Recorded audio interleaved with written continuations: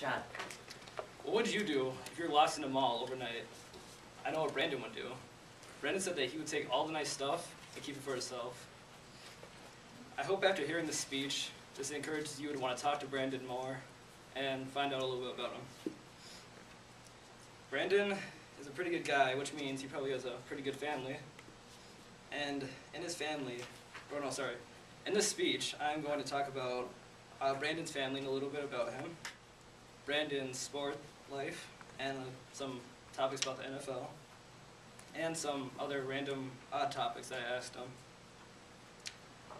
In Brandon's family, there's his mom, Michelle, that works for Blue Cross Blue Shield, and his dad, Brian, that is at IT for Anderson Windows.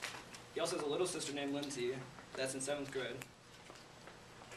I asked Brandon what his favorite movie was, and he said his favorite movie was Happy Gilmore because of the humor in it. And Brandon's hardest class was U.S. History with Shikorian. So after hearing a little bit about Brandon's family and some stuff that he likes and dislikes, I'd like to talk about Brandon's sport life and his opinion on some NFL things. Brandon plays baseball, or he's a pretty good player, and he plays third base and pitches. And yeah, that's about baseball. I asked Brandon some stuff about the NFL. His favorite NFL team is the Steelers because when he was younger, he heard the name Brendan Roethlisberger, and he thought it was an interesting name. So from that point on, he just kind of liked the Steelers. Brandon thinks that the Ravens won the Super Bowl because Antoine Bolden was using drug enhancements. So. And then Brandon's happy that the Vikings traded Percy Harvin because, well, in his opinion, Christian Ponder sucks.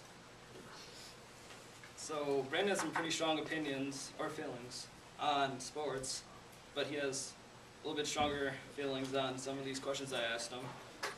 Brandon's dream place is the Mystery Machine with the Scooby-Doo crew. And he said he would just like to spend time with them, ride around, and solve mysteries. Brandon does not believe in Bigfoot. He thinks that you have seen it by now if Bigfoot existed. And I would share his weirdest dream, but it wouldn't be appropriate, so I won't.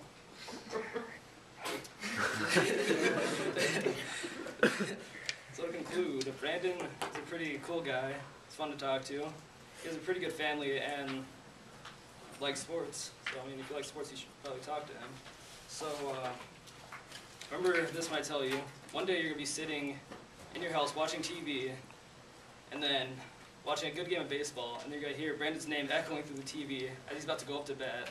So you might want to talk to him now before he goes pro.